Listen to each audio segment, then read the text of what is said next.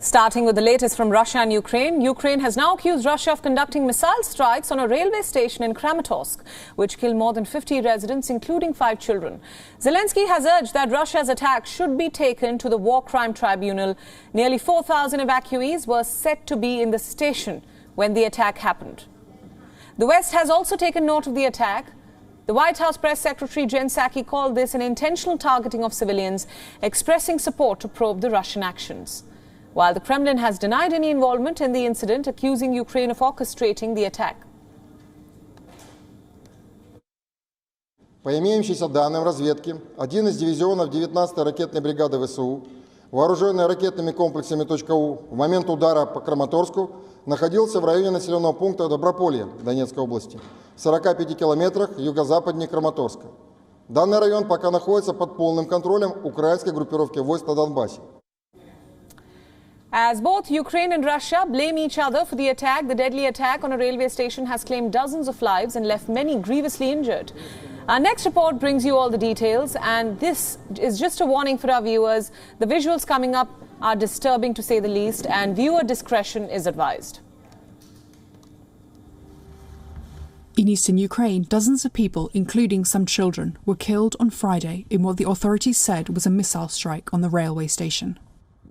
Many more were injured among the 4,000 said to be waiting to be evacuated away from the fighting. Ukrainian President Zelensky was quick to condemn the attack. Ukraine says Russia is focusing its efforts and regrouping in the east after withdrawing from Kiev's outskirts. Moscow's sights are said to be set on gaining full control of Donetsk and Luhansk, the regions partly held by Russian-backed separatists since 2014.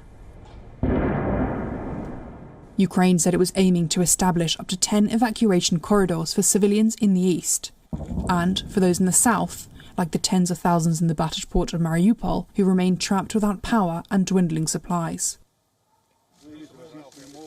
On the ground around Kiev and in Bucha on Friday was the European Commission President Ursula von der Leyen, offering reassurance of Ukraine's bid for EU membership, but also expressing shock and horror at the alleged war crimes committed against civilians by Russian forces in the town. The whole world is mourning with the people of Bucha, and they are the ones who are, as you said, defending the border of Europe, defending humanity, defending democracy, and therefore we stand with them in this important fight.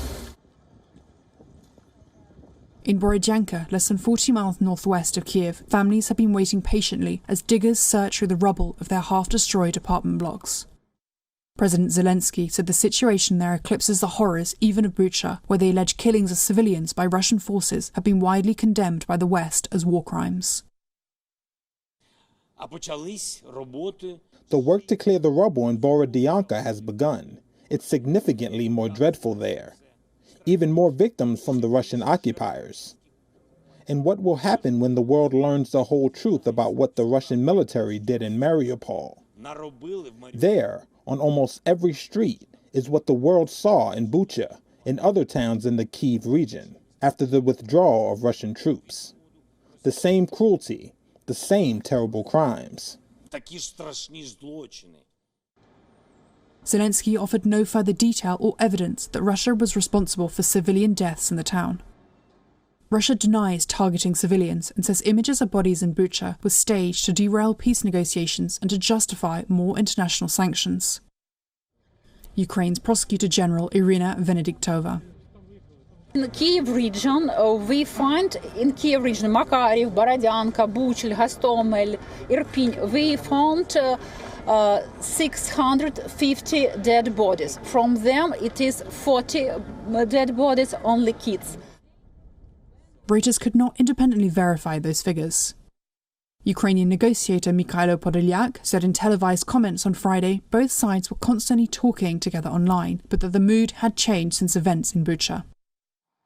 Meanwhile, Russia gave its most somber take yet on the 6-week-long war in Ukraine, describing rising troop losses, slow progress, and the economic pain of sanctions.